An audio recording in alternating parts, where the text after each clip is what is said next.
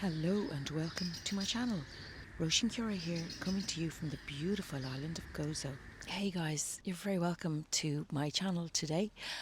I'm here in Gozo on the North Island above Malta, and it's really gorgeous here at the moment.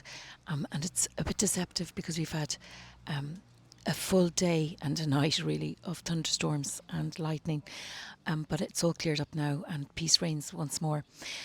The first morning we were here, which was 2 days ago, I actually made the most of it because I sat outside the pool. I sat by the edge of the pool outside where we just had brekkie, and I saw these agaves as I walked past. I thought, oh my gosh, they're just so gorgeous. So I drew them. Sorry, it's my niece sticking into the camera there. So I drew them and I painted them, and I'm going to show you today how I went through them and how I got over the challenges of line and colour. I've drawn agaves lots of times in the past, but I've I suppose I've never quite caught the gorgeousness of them before. So as I painted this, I tried to take my own lessons on board of values and I suppose composition, but and light, of course, which is values. Now the light changed dramatically between the time I started and by the time I ended. I started in sunshine, but I ended in overcast conditions. And of course, I wasn't to know that the whole place would go crazy with a thunderstorm within an hour, I suppose, of me having finished my sketch. So I wouldn't mind giving it another go in strong sunshine. Maybe my son Paddy will join in, and his dad Marcel, my husband, he's actually suddenly taken to sketching as well, which I'm thrilled about. Of course, I hasn't been for want of me trying to persuade him for years, but he's finally taken it up, and I think these agaves make a fantastic subject for someone who might be a bit new to it, because they are simple, strong shapes and not that tricky really in the grand scheme of things. So let's get stuck into this video here and see how it goes, and maybe you might get a chance to do some agaves of your own as well wherever you live. Okay, let's get on with it.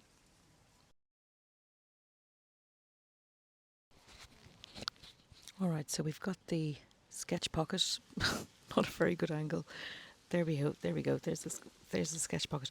See, this all happens because I couldn't find my tripod when I was leaving to go on Halls. Anyway, let's see if we can get through this.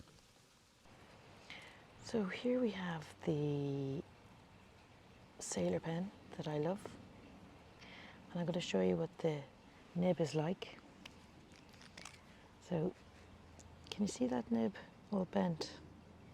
You're probably very familiar with the sailor pen, the sailor Fude pen, but in case you're not, if you write with that nib at a very low angle, you get a very wide line, and then if you write at a very steep or vertical angle, you'll get a kind of a medium width line.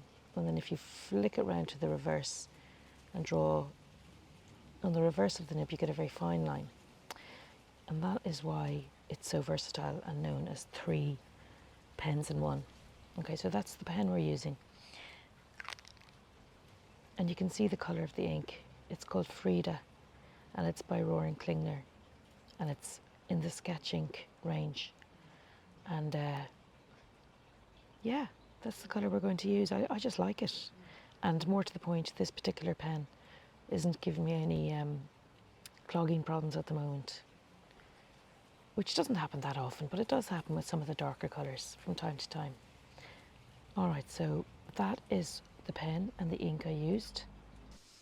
So in terms of composition, I just put a little mark near the top of the page for the upper limit of the plant, and then I put a little mark near the bottom of the page for the lower limit of the plant, and I wanted to get the both of them in.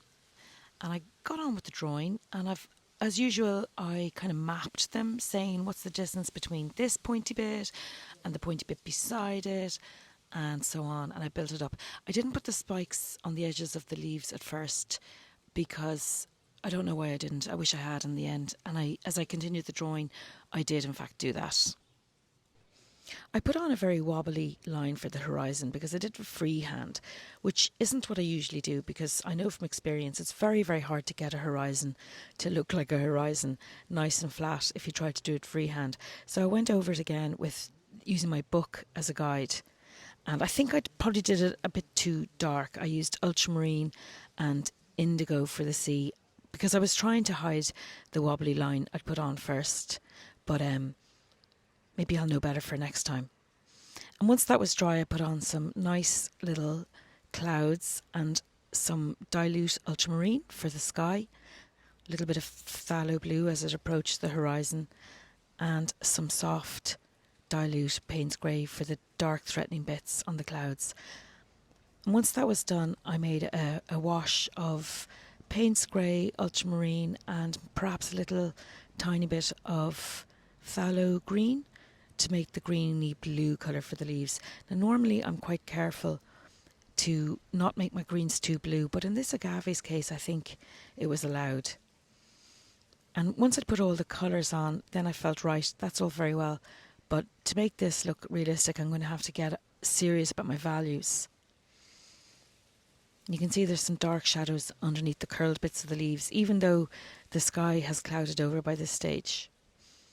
And you can see what a difference it makes to the impact of the leaves by putting super dark shadows under the areas where the leaves have curled over. And then I decided to put the background on. I'm not sure I did a fantastic job. I think perhaps I should have gone for a little bit lighter of a brown for that scrubby background. I don't know, what do you think? I mean, it does look more realistic and natural, but I'm not sure if I did it as well as it might have been done. Okay, I can hear a helicopter overhead. Better stop. Well, it was only as I came to the end of the sketch that I realised I hadn't put those spikes sticking up into the sky as much as they merited. So I made them a bit longer and a bit spikier. Looking at it now, I still think they could stick up even more into the sky. So I think I'll carefully go over that and make them a bit spikier.